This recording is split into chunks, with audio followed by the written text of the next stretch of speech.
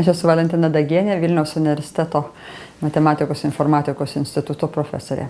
Kai gavome nepriklausomybę Lietuvos, tai reikėjo naujų vadovėlių, reikėjo naujų idėjų ir tuomet pradėjau rašyti vadovėlius, gana programas informatikos, nes aš informatikos srityje, ir vienais metai, lygiai prieš 10 metų, tiesiog keliaujant po užsienį, būtent po Suomiją, man kilo idėja, kodėl mes negalėtumėm sukurti kažko analogiško, kaip turi matematikai ar kitos disciplinos, įdomų žaidimą. Taip atėjo idėja apie bebrą, kadangi, bebras toks mielas gyvūnas, darbštus, svarbiausiai stropus, daug ką padaro savo energiją. Mūsų tikslas yra ne tai, kad ten spaudyti klavišus ir kažką ten ieškoti, gaudyti, bet tai mokyti, kaip kurti naujas programas, kaip kurti naujus įrankius. Lietuvoje tai yra pusė mokyklų, pradinių klasių turi kompiuterius, planšetinius ar kažko. Ir labai gerai yra vaikui motyvacijai ir įsiminimui, sakykime,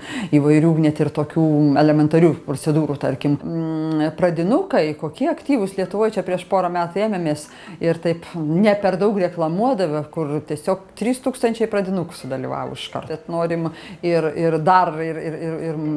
pirmą, antrą, ir darželio vaikus. Tai yra mūsų planuose dar kitais metais. O bebras irgi yra tas pats, kad ten mums reikia tvarkaraštį daryti. Taip, tai yra, kiek yra galimybių visokių. Mums reikia miesto transportą, tarkim, suplanuoti, kurio laiko autobusai vis. Tai yra tinklas, yra grafas už to, tai yra informatikos savokos. Programavimas kas yra? Tai yra irgi kaip dėlionė, tai yra, kad aš turiu tam tikrą struktūrą galvoje ir galiu sudėlioti kaip dėlionės, bet turi žinoti, kad galiu aš dėlioti tą naudoti, kad yra kintami dydžiai, kad yra šabloniniai dydžiai, kad yra masyvas. O masyvas kas yra, tai yra didelė lentelė, kurioje yra, kaip salė, gali sakyti, vietos sunumeruotos, yra eilės, yra stulpeliai. Bet šitas įvairiom metaforom, tai yra žiūrint, kokio amžiaus vaikai yra. Šiemet apie 40 šalių, nes aš žiūriu, kiek jau bando, kiek yra tų bandančių ir kiekviena prisijungia tokios šalis, jau anksčiau yra prisijungusios. Japonija, šiais metais prisijungia Pietų Korėja, Malaizija, bet Malaizija jau padarė ir bandomąjį savo ir visi prie, o vaikų, pernai mes per visas tas valstybės turėjom beveik 1 milijoną vaikų. Pernai Lietuvoje turėjom 25 909, jeigu labai tiksliai 200. Nežinau, kiek dar, kadangi jeigu dar daugiau pradinukų augs, dar yra tos galimybės augti. Kai pasižiūri mūsų mokomas programas, mes dar daug turim tą tokią ribojimą. Reikia išmokti tą, reikia išmokti tą, reikia išmokti tą. Taip. O mes neduodam tos laisvės, kad tu turi nueiti ten, o tavo, kaip tu eisi taip ar kitaip, tavo reikalas beveik maždaug.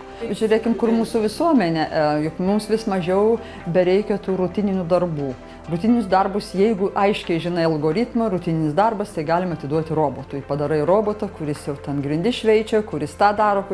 Ir iš tikrųjų, tai yra iš vienos pusės tai yra džiugu, nes žmogui to nereikia daryti arba net pavojingų, kenksmingų darbų ar viskas kita.